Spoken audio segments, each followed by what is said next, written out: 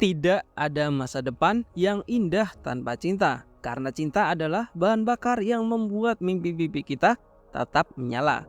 Mungkin ya, aku cuma ngasal. Hello Fobs, balik lagi bersama aku Fob Hartman. Dimana di sini aku akan menceritakan alur cerita film yang pastinya seru. Kali ini aku akan menceritakan film Sacramento.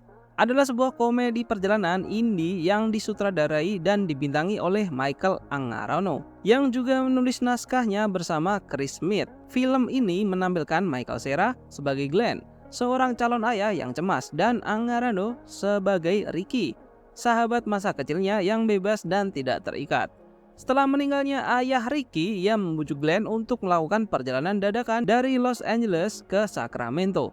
Ya, tak usah berlangsung lama-lama lagi, kita langsung simak saja ceritanya. Tapi tunggu dulu, jangan lupa pamit ke ibu kalian karena kalian akan menghilang selama 10 menit ke depan. Musik. You slept away the morning, the things that you would miss, like laughter from the kitchen, or a memory like this, that mesa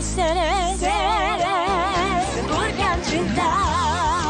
Rumah 100. Dia adalah Ricky, seorang pria biasa-biasa saja yang sedang melakukan solo traveling. Dikejutkan dengan seorang wanita bernama Tylee di seberang sungai tempat dia duduk. Karena sepertinya hanya mereka berdua yang berada di sini, memutuskan untuk bertemu di tengah-tengah dengan cara berenang. Setelah mencoba masuk ke dalam air, ternyata sangat dingin dan akhirnya memutuskan Ricky lah yang berenang menghampiri Tylee di seberang. Bisa-bisanya langsung bercocok tanam dan ingin membuat koloni baru dengan melahirkan 12 anak.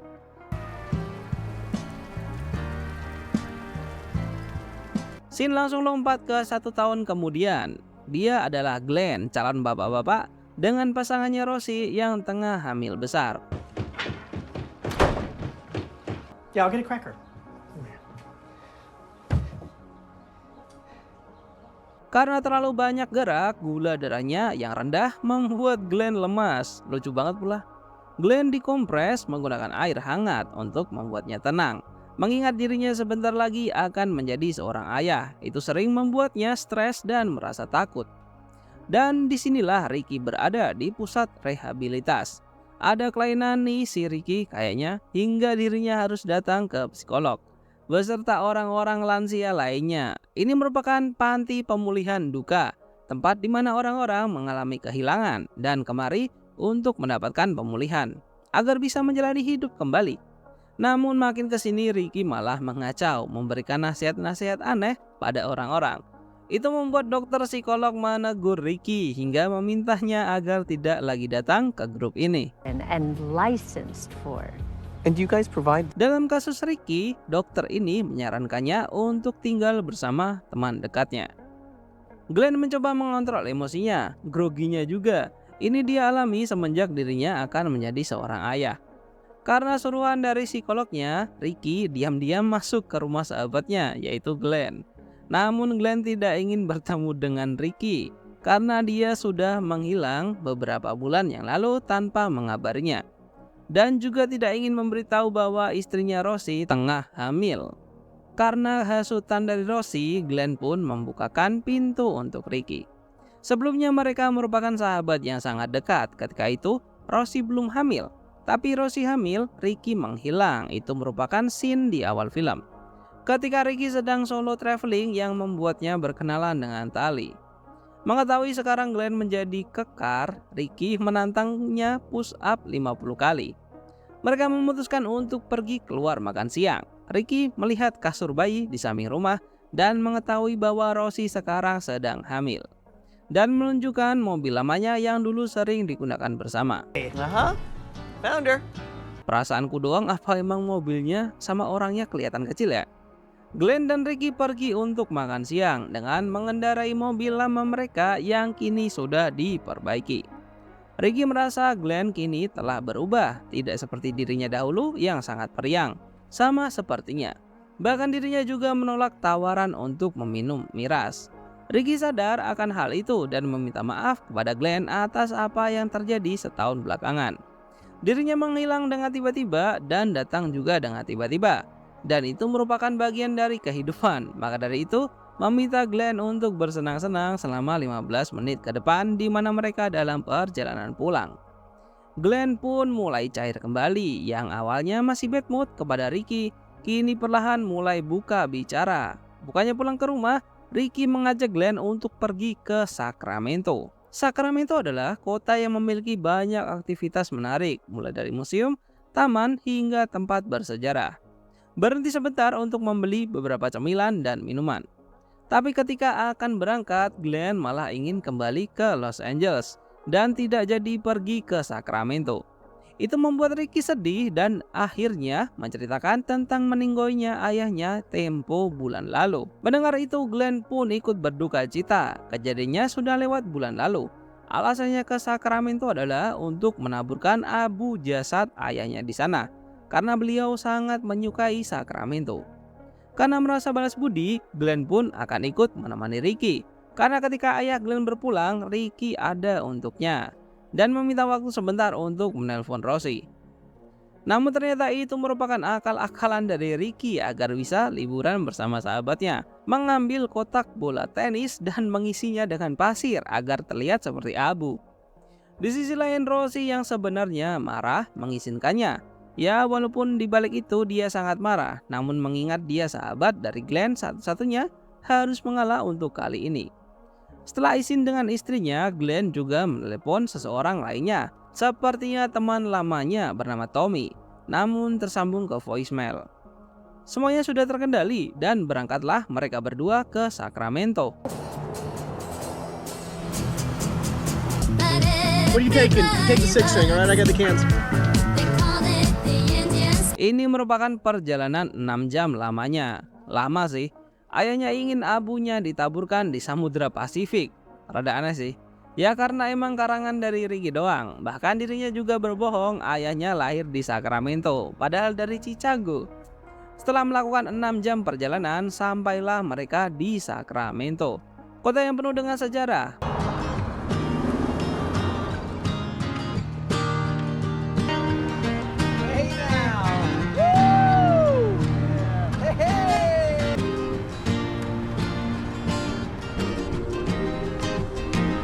Pergi ke minimarket lagi untuk membeli keperluan selama berada di Sacramento.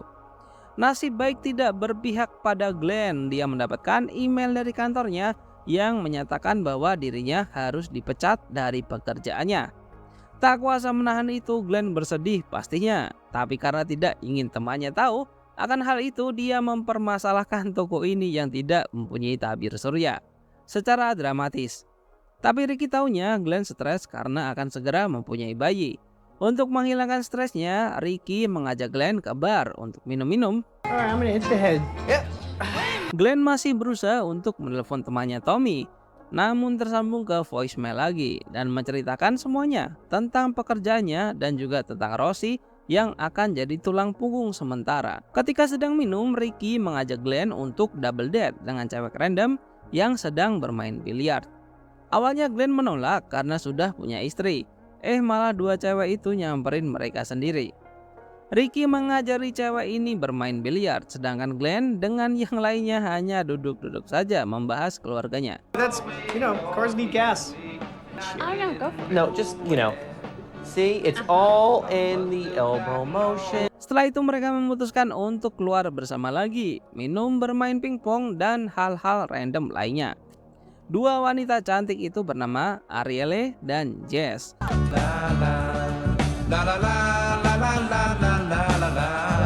Menunjukkan tempat gym milik mereka. Ricky yang melihat ada ring tinju tak kuasa menahan kegirangannya, menantang Glenn untuk naik ke atas ring karena dulu waktu kecil mereka pernah bermain tinju. So if you could just If the cord does what? Lennon! Get your ass up here and fight me! Woo! Tonight is the night!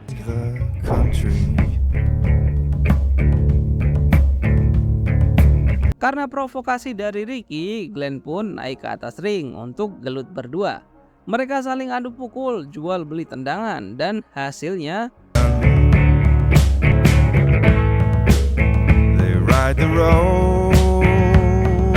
Glenn yang tumbang. Glenn yang sudah tak berdaya langsung tertidur di karpet setelah masuk ke dalam rumahnya Arielle. Sedangkan Ricky sepertinya akan bercocok tanam dengan Arielle. Arielle terlihat sudah birahi, namun entah kenapa Ricky menolak untuk bercocok tanam. More comfortable.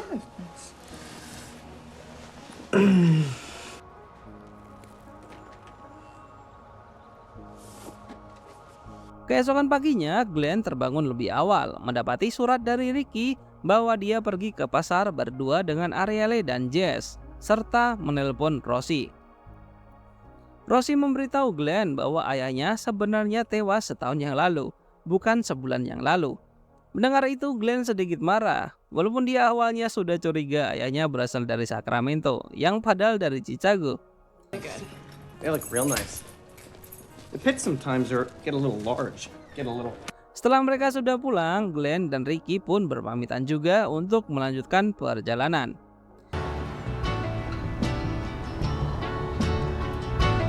Tibalah mereka ke tempat yang dituju. Ricky mengeluarkan abu dari tempat bola tenis. Tidak seperti abu ya, bukannya berbau dengan udara, malah jatuh ke bawah.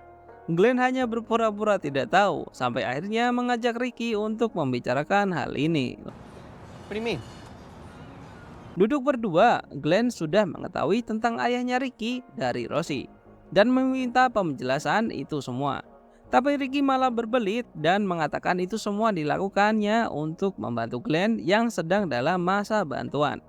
Ya, walaupun itu benar adanya, malahan debat. Glenn berkata ingin membantu Ricky. Ricky pun bilang ingin membantu Glenn dan akhirnya berdamai. Mereka menuju ke resto untuk sarapan, setelah itu kembali ke LA. Tapi memang ada niat tersendiri dari Ricky. Glenn masuk duluan ke dalam, Ricky sengaja memarkir mobilnya di tanda dilarang parkir. Bahkan sengaja juga memanggil polisi. Shit. I'm dead.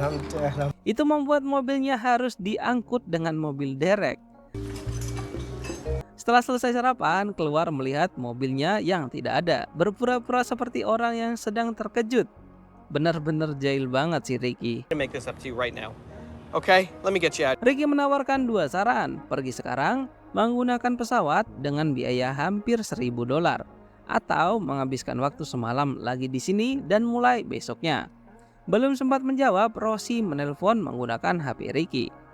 Dirinya habis pulang dari rumah sakit karena mengalami pendarahan. Dokter mengatakan bahwa harus melakukan operasi sesar sekarang, atau jika masih ingin melahirkan tidak menjamin bayinya akan selamat. Glenn yang masih baru dalam hal ini tidak memberikan ekspresi apapun. Bahkan dirinya tidak tahu harus bagaimana. Itu membuat Rosie sedikit kecewa. Nggak sedikit sih, banyak. Namun dirinya harus tetap tegar dan akhir dari percakapan.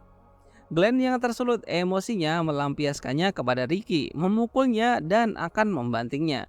Karena Ricky lebih kuat, malah jadinya saling kunci-kuncian. Ricky pun jujur kepada Glenn tentang ayahnya juga dan alasan dirinya datang ke Sacramento. Actually, I don't think he ever stepped foot here in his entire life.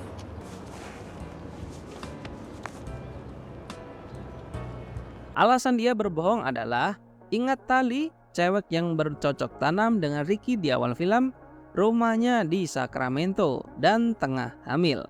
Tentu ayahnya adalah Ricky. Jadi isi pesan suara dari Tali adalah, dia hamil dan ayahnya adalah Ricky. Dia tidak meminta apapun, energi atau uang, tapi jika dia ingin bicara, Tali hanya bersedia selama 8 bulan ke depan. Setelah mendapati keranjang bayi Glenn di rumahnya, Ricky berpikir ingin menemui Tali dan membesarkannya bersama dengan harapan anak dari Ricky dan Glenn akan menjadi sahabat. Voicemail yang didengarkan dari Tali itu sudah 9 bulan yang lalu, karena sekarang anaknya sudah lahir. Glenn dan Ricky mendatangi rumah Tali untuk berbicara. Glenn yang melihat rumah Tali berantakan dan kacau tiba-tiba teringat dengan istrinya di rumah yang sendirian. Segera mencarger HP-nya agar tahu kondisi istrinya terbaru. What are you visiting? Sayangnya itu tidak terlalu bagus. Tali menolak Ricky untuk tinggal bersamanya karena sudah dijelaskan di voicemail beberapa bulan yang lalu yang tidak pernah dibalasnya. Tali tidak membutuhkan bantuannya, sama sekali tidak. Di sini Ricky masih menjelaskan kenapa alasan dia tidak menelepon Tali atau membalas pesannya. Karena pada saat itu ayahnya berpulang dan kondisi mentalnya tidak stabil. Namun Tali tidak peduli karena dirinya juga dalam keadaan yang sulit juga, bahkan dalam keadaan mengandung bayi dari Ricky. Ricky meyakinkan Tali bahwa sekarang dirinya sudah dalam kondisi yang baik. Makanya dia menghampirinya ke Sacramento dan siap untuk menjadi ayah dari Ray, nama anak mereka. And now I'm ready. Walaupun Tali tidak begitu mendengarkan, dia pun menyetujui permintaan dari Ricky yang ingin tinggal di sini. Hitung-hitung penitipan anak gratis, katanya. Glenn yang mulai cemas pergi ke kamar mandi. Yang dia butuhkan sekarang adalah Xanax, obat untuk mengatasi gangguan kecemasan yang berlebih. Di dalam kamar mandi akhirnya Tommy, sahabat dari Glenn, menelponnya, menanyakan kabar. Seperti tidak berjalan dengan baik karena Tommy menelepon di saat yang tidak tepat. Kalimat-kalimat dari Glenn terkesan seperti orang yang sedang marah-marah dan membentak Tommy. Meminta untuk meneleponnya di lain waktu ketika keadaannya sudah stabil. Keluar dari kamar mandi menuju kamar bayi Ray, masih berusaha untuk menstabilkan kepanikannya.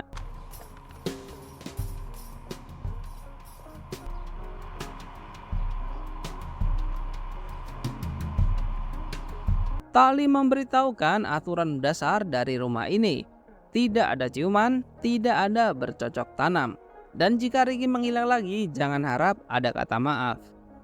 Tanpa sepengetahuan dari mereka, Glenn tiba-tiba menggendong anak dari Tali dan membawanya keluar sambil mengambil kunci mobil. Udah gila ini Glenn. Paniklah mereka setelah mengetahui bahwa Ray hilang dan mobilnya juga hilang. Segera langsung mengejarnya menggunakan skuter.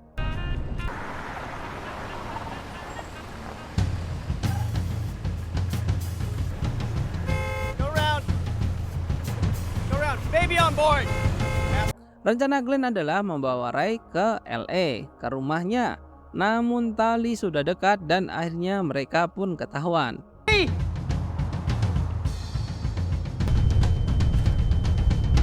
So Ray, there's not really a safe way to get. Tali dan Ricky mencoba untuk membujuk Glenn membuka pintunya. Kondisinya semakin parah, benar-benar gila si Glenn. Upaya mereka pun berhasil, pintu terbuka. Tali mengambil anaknya dan Ricky mencoba untuk menenangkan Glenn dalam kepanikan. You're okay. I'm here. No, okay? no. Take deep breaths in through your... Glenn tak kuasa menahan air matanya. Dia terlalu takut untuk menjadi seorang ayah. Setelah semuanya tenang, Ricky mengantarkan Glenn pulang ke LA karena anaknya sebentar lagi akan lahir. Setibanya di rumah langsung memeluk Rosie. Rosie, say hi.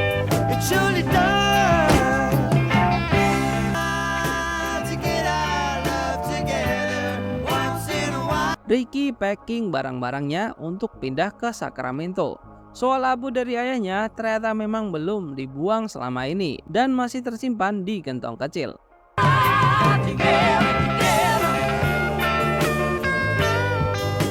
Karena sudah dilarang datang ke grup pemulihan duka, Ricky membuka grupnya sendiri, namun khusus pria saja, di mana tempat untuk pria siapa saja yang butuh pertolongan dalam mengontrol emosinya.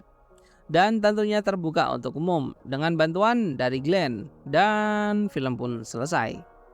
Kini bayi dari Rosie sudah lahir, dinamai oleh Jeffy. Glenn juga sudah sedikit lebih baik untuk mengontrol kepanikannya. Sementara Ricky juga sudah menetap di Sacramento dengan Tali yang kini mengandung anak kedua mereka. Michael Cera dipuji atas perannya sebagai Glenn, calon ayah yang cemas dengan performa yang menyentuh dan lucu. Michael Angarano sebagai Ricky juga memberikan dinamika yang menarik sebagai sahabat yang impulsif dan tidak stabil. Beberapa kritikus merasa bahwa alur cerita film ini berjalan lambat, terutama di paruh pertama sehingga mengurangi keterlibatan penonton. Ya, terima kasih yang sudah menonton video ini hingga selesai. Subscribe kalau suka, share ke teman-teman kalian kalau semisal menghibur. Jangan lupa bahagia, jangan lupa subscribe, dan thank you.